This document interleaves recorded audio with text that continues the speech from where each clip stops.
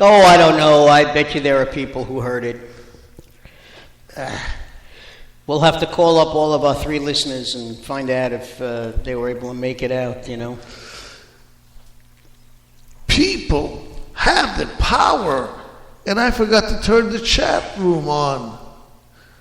Can't really talk to people on the chat room if the chat room is not on. Well, you see, they wait in line, and then as soon as you open it, they're not there. And also, now that we're done with our introductions, you can call us at 646-595-3275. Did we forget that again? It's no wonder nobody calls us. You have 15 minutes to call before we shut the phone. Again. No, before we shut down the phones, I was going to say. Nah, 20 minutes. We'll see. It all depends. The phone company may shut it down themselves if we haven't paid the bill. Well, we're non-profit. We don't make any money, so we don't have to pay the bills. Well, I'm just going to say, you know, you and I are going to have to take a cut in salary. Yeah. No, I was going to say, why should we? I tell you what, I'll take a 75% cut. You take a 50% cut. No, I'll match you. We got to be fair about this. We'll both take 75% pay cut. Now, you see that, folks? How could you possibly pass this up? We're both willing to forego 75% of our enormous salary to keep this show on the air so that we can entertain you. Let me entertain you. Let me make you smile. See, you need a gimmick. Yeah. And Felix and I, the gimmick is that we are so dumb that you could have a 6-year-old call us up and stump us. So, I mean, that's our gimmick. Yeah, baby! Yeah. You brought him back. I brought him back. You brought him back. Little Austin Powers there, folks. Yeah, baby. Now what we need is that sexy voice. You mean your girlfriend? Oh, I don't know. It's like the movie Her. I've never seen her before. She's like Siri on my phone. You know, it's funny. I don't know if anybody out there has had this experience, but my wife and I had to go someplace, and I had my phone handy, and she said to me, "Don't you have GPS?" And I said, "Yes." She says, "Well, why don't you ask her how to get to wherever we were going?" And I happened to say something that I wouldn't say over the radio, something akin to what Patti Smith just said, if you listen to the song. And yeah. Well, no, not that. But yes, that. But in any event, Siri came on and said, "I can't answer a question like that. I'm not programmed to answer that kind of language." Okay? So talk about being put in your place by a computer. I certainly was.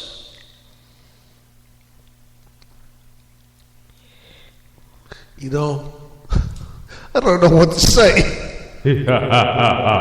It's true. There is no comeback line for something like that. But I do want to say again, get out there and vote tomorrow. That's all. You know, we're not gonna push this too much, are we? It's true. In New York, the polls open at 6. They close at 9. Okay. As I said, my wife and I have gone early the last few years, and we see neighbors that we never see. People who are going to business, they're going to work, and if nothing else, it's really a social thing. Yeah. You know, you run into people. Yeah, don't you know the people that check your identity? Do you recognize them by now? I recognize their faces. I don't know their names, but they've been doing this since the election started. In what year was that? 1786. I mean, these ladies are old that do this. This is the highlight of their year. You know, they shine. Them and Frank, which I can't figure out why he does it. He doesn't need the money. He doesn't vote. He's there and he doesn't vote? He doesn't vote? Nah, he's a convict.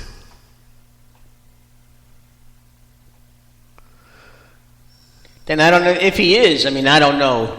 I'm kidding. Oh, but did you hear that? Talk about getting some bipartisan laws passed. Also, on one of the Sunday shows, a Democratic senator and a Republican senator are trying to make it so that, you know, if you committed a crime back in your youth, like if you grew marijuana, and you were convicted, you know, bottom line is you're not allowed to vote. Well, for nonviolent offenses, you know, you weren't selling, you just were in possession, okay, and you were found guilty. You know, these people can't vote. They could now be the pillar of the community, but they're not allowed to vote. And they're trying to get Congress to amend that so that these people would be allowed to finally cast a vote and be able to vote. Now, we're not talking hardcore murderers, rapists, embezzlers, embezzlers is when you embezzle, it's a white-collar crime. But the bottom line is nothing violent. Well, from what I understand, there is a way now you can appeal to have your crime expunged or whatever so you can vote. I've heard of that. I'm not sure how that works. I don't know if it's just local, you know, for New York State or... No, they'd have to make it national. It would have to be a federal law because there are so many people that fall between the cracks who have committed a nonviolent act, and because of that, they're not allowed to vote. Their right to vote has been taken away from them. As I said, there is something that you can do, I was told, and I don't recall by who, that you can actually request to have your voting privileges restored after a certain amount of years, if you don't get yourself into any trouble or whatever. But I'm not sure if that's true, just something that I heard. Ladies and gentlemen, we've been on for 23 minutes. What would you like us to talk about next? Obviously, the elections, we told you to elect, to go vote. We told you to get out there in the morning or whenever. Do your civil duty, do the right thing. Well, I think we should get their dander up. We should tell them who to vote for. Okay, for president, you should vote for... Jimmy Hoffa. Abraham Lincoln. No. No?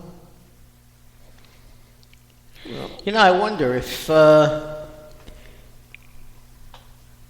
you were found guilty of not returning library books, you know, I mean, would that prevent you from voting? I don't think so. Why, were you convicted of not returning library books? You know, I only learned to read last week. Come on. Come on, you're the doc, you're the doc around here. No. I always brought my books back on time. That's not a problem. But I mean, you know, when you talk about cutting funds, think about the public libraries. Think about the vast collection of knowledge and fiction and nonfiction books. Something for everyone. And all you have to do is have a library card. You know, and you can read a book, and a book can take you anywhere. I remember when I was teaching, I always taught for 34 years on the junior high school level. That's why I lost all my hair. But the point being, I used to take my students down to the library, the local library, and have them apply for library cards. Then they didn't have to steal the books. Although, I don't know if any of them were ever stolen. And they've actually returned the books. Destroyed, you know. You want to take them. The point is,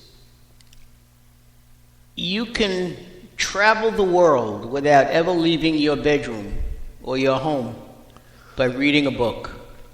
There's so much knowledge that you could gain about American history and why it's so important to vote, okay? Going back to the Revolutionary War, taxation without representation. Read about Crispus Attucks. Read about the Boston Tea Party. The only difference is now we have taxation with representation.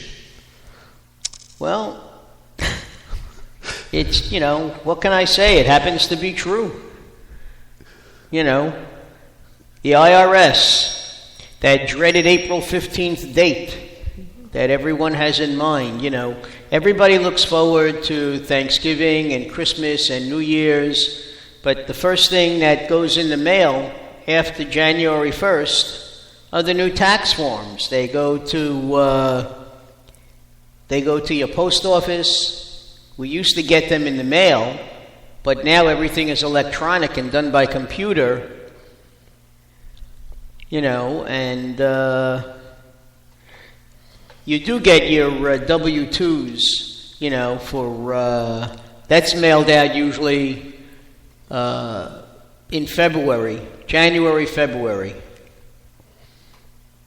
One of the mention of the IRS, one of the things that I did hear from one of the more conservative talk shows, that if the Republicans do take control of the Senate and the House, which they have, that they will start investigating the IRS, what they were doing with those conservative groups being denied their nonprofit applications. And what happened to all those hard drives? Well, you know, I mean, in Citizens United, you know, the Republicans and Mitt Romney like to say that businesses are people too. Well, people pay taxes. Yeah. Let's get those businesses paying some taxes instead of using tax shelters overseas. Yeah. No, but I'm just saying, they're talking about going after that, because it was very disconcerting that every person involved in this investigation had its hard drive crash and all their emails disappeared. You know, if nothing else, and the Senate was blocking it from being investigated. Well, that happened to me, but I thought my wife was looking to find out what girlfriends I might have online, you know. Yeah, well, that always happens. I always crash. I crashed last night on the chair right here. You or your computer? Yep. My computer's always crashing, so it doesn't really make a difference, you know. Anyway, ladies and gentlemen, we're starting to thumper here. So we're going to have to switch topics. I'm sorry, Mark. Well, let's talk about Halloween. Find out if anybody had a productive Halloween as far as trick-or-treating and candy, you know, and the like. Okay. I'd like to talk a little bit of the news that we haven't been hearing, because all we've been hearing is Ebola. ISIS, huh? ISIS. You got a thing for ISIS. No, I got a thing for reality, and the reality is ISIS is winning left and right. Well, you see, if we don't talk about it, it's really not there. You know, that's unfortunately. Yeah.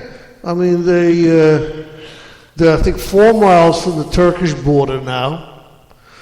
And if they get to the Turkish border, they're going to be able to cut off all the supplies